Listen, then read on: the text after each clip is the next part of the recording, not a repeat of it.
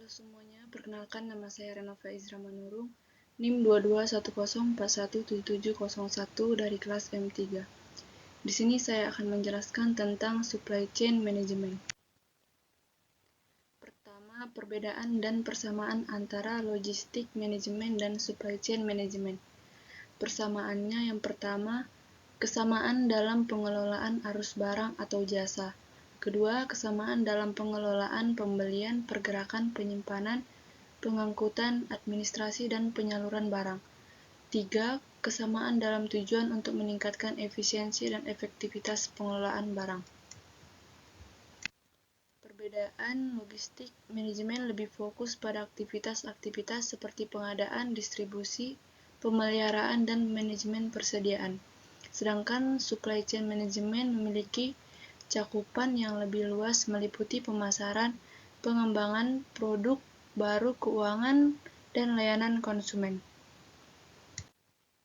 2. Pengertian supply chain, proses, tahapan, dan tujuan dalam bisnis. Pertama, pengertian yaitu kegiatan yang memanfaatkan teknologi informasi untuk mengelola semua proses yang terlibat dalam pembuatan produk, mulai dari pengelolaan barang mentah hingga produk jadi yang sampai pada konsumen. 2. Proses tahapan. Yang pertama, pemesanan. Perusahaan membuat perencanaan produk apa yang akan dibuat atau diproduksi berdasarkan pemesanan. Kedua, perencanaan yaitu merencanakan produksinya dengan forecasting. 3. Pengadaan. Ketika ingin memproduksi membutuhkan barang baku untuk diolah, perlu mempertimbangkan harga terbaik termasuk harga untuk produksi. 4. Produksi. Mengelola seluruh bahan baku menjadi produk jadi. 5. Inventory atau pengelolaan gudang.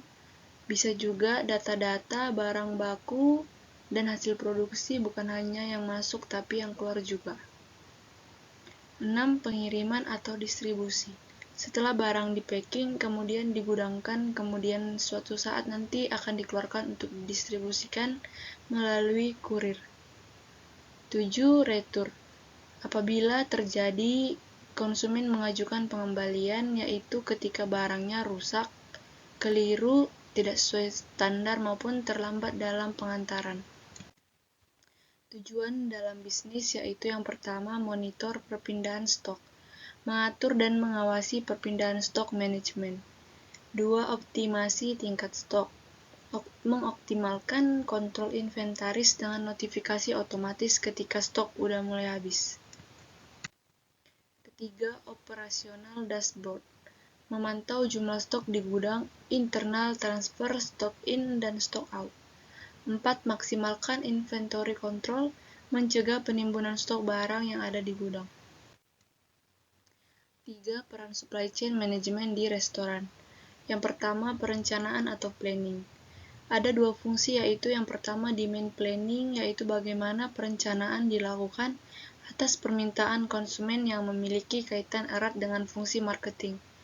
Yang kedua, supply planning, yaitu perencanaan atas berapa banyak bahan baku yang diperlukan, serta material pendukung yang harus tersedia untuk memenuhi permintaan tersebut.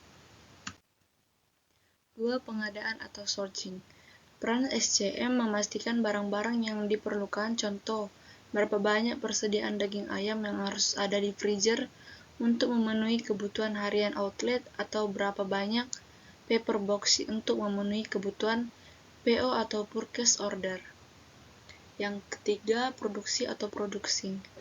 Hal-hal yang perlu dikelola yaitu bagaimana standar produksi di dapur atau bar, berapa tingkat kematangan yang pas, dan bagaimana proses pengecekan kualitas atas produk jadi untuk menjaga cita rasa dan kepuasan konsumen. Yang keempat, pengantaran atau delivering. Frekuensi pengiriman, mode transport, dan biaya transport harus direncanakan dengan baik, sehingga distribusi produk dapat dilakukan dengan optimal. 4. Konsep dasar supply chain management, tujuan, supply chain, elemen, dan persediaan, dan juga proses bisnis oleh supply chain management. Yang pertama, konsep dasar supply chain yaitu pertama definisi Sekumpulan organisasi yang secara langsung dihubungkan oleh satu atau lebih aliran produk, jasa keuangan atau informasi dari sumber ke pelanggan. Yang B, komponen. Yang pertama, hulu upstream, artinya yaitu dari suatu organisasi dengan para rekanan pemasok. Kedua, internal, yaitu proses penerimaan barang yang melalui dari gudang. Ketiga, hilir downstream, proses transaksi dan distribusi dari atas persediaan atau barang yang tersedia. C. Siklus. Yang pertama, plan. Proses menyeimbangkan permintaan dan pasokan untuk menentukan tindakan terbaik. Yang kedua, search.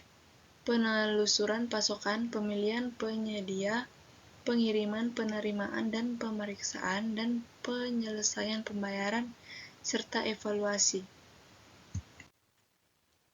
3. Make, yaitu transformasi bahan baku menjadi produk jadi. 4. Deliver, yaitu proses untuk mengirimkan dan mendistribusikan barang atau jasa ke pengguna akhir. 2. Tujuan supply chain management. Yang pertama, mencapai biaya minimum dan tingkat pelayanan maksimum. 2. Memenuhi kebutuhan konsumen dan menghasilkan keuntungan. 3. Bisa memenangkan persaingan pasar.